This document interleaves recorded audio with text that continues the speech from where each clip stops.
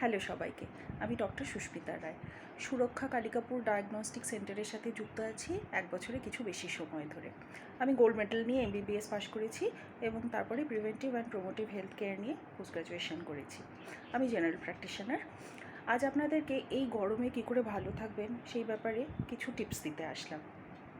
1 নম্বর হলো, খুব দরকার না হলে এই গরমের সময় রোদের মধ্যে মোটেই বেরোবেন না। যা কাজ সেটা সকালবেলা বা সন্ধ্যেবেলা সেরে নেওয়ার চেষ্টা করুন। আর যদি নিতান্তই বেরোতে হয় তাহলে সাথে ছাতাটা যেন অবশ্যই থাকে, সানগ্লাস, সানস্ক্রিন, পা ঢাকা জুতো, এইগুলো কিন্তু ভুলবেন না। সাথে বোতলে জল, ঠিক আছে? এই জিনিসগুলো সাথে নিয়ে তবেই রোদের মধ্যে বেরোবেন। আচ্ছা বেশ, তারপরে রোদ থেকে এসে ঝট করে এসি ঘরে ঢুকে পড়লেন, এই ভুলটি কিন্তু মোটেই করবেন না। কারণ আমাদের শরীরের টেম্পারেচার মেনটেন করার যে মেকানিজমটা আছে তাকে একটু সইয়ে নেওয়ার সময় দিতে হবে, নইলে কিন্তু আপনি অসুস্থ হয়ে পড়তে পারেন। কাজেই খুব গরম থেকে এসে এমনি পাখা চালিয়ে নর্মাল টেম্পারেচারে খানিকক্ষণ বসুন, ঘাম শুকিয়ে নিন, তারপরে আপনি এসি ঘরে ঢুকতে পারেন। এবং বেরোবার সময় তো তাই, এসি থেকে বেরিয়ে খানিকক্ষণ নর্মাল টেম্পারেচারে শরীর সইয়ে নিয়ে শরীরটাকে, তারপরে আপনি রোদে বেরোবেন, ঠিক আছে? আচ্ছা, আমরা গরম থেকে এসে আমরা প্রথমেই কী করি, আমরা জল খাই, তাই তো?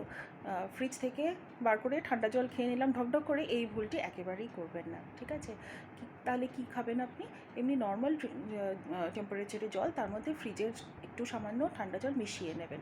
তাহলে কী হবে, জলটা খুব আরামদায়ক হবে খেতে, আপনার তেষ্টা মিটবে, আপনার শরীরের জন্য সেটা খুব ভালো হবে। জল তো খাবেন, এছাড়া আর কি খাবেন? ORS, ওরাল রিহাইড্রেশন সল্ট, এরকম প্যাকেট পাওয়াই যায়। এটা 1 লিটার জলে মিশিয়ে পুরো সলিউশন তৈরি করে এটা আপনি ফ্রিজে রেখে দিতে পারেন, ঠিক আছে? এটার থেকে খানিকটা করে ঢেলে নর্মাল টেম্পারেচারে আসলে তারপর আপনি খাবেন, দেখবেন শরীরটা খুব ফ্রেশ লাগবে। এছাড়া ডাবের জল খেতে পারেন, আইস টি খেতে পারেন, লাস্সি বানিয়ে খেতে পারেন, মানে আমাদের যেটা ঘোল, দইয়ের ঘোল শরবত, এটা শরীরের জন্য ভীষণ উপকারী। অবশ্যই ঘোলের শরবত, এমনি দইও নিশ্চয়ই খেতে পারেন। বেশি পরিমাণে ফল খাবেন, স্যালাডস খাবেন এবং খুব রিচ খাবারটা অ্যাভয়েড করুন। হালকা ভাত, ডাল, মাছের ঝোল, যেরকম আমরা বাঙালিদের ঘরে যা খাবার হয়ে থাকে সেরকমই খাবেন। খুব রিচ খাবার, হেভি, যেগুলো ডাইজেস্ট করতে আমাদের অসুবিধা হয় সেগুলো অ্যাভয়েড করাই ভালো, নইলে ইন্ডিজেশন হতে পারে।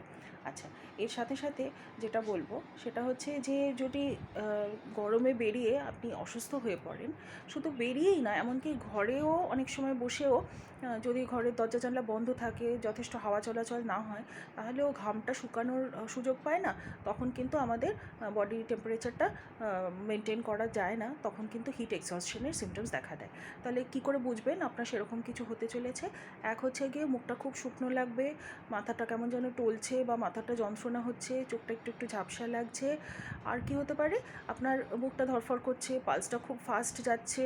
প্রেশারটা দেখা হলে হয়তো দেখবো সেই সময় প্রেশারটা বেশ কমে গেছে, জিভটা শুকনো, ঠিক আছে? ভীষণ ক্লান্ত লাগছে, আপনার মাসেল ক্র্যাম্পস হচ্ছে, এরকমও হতে পারে।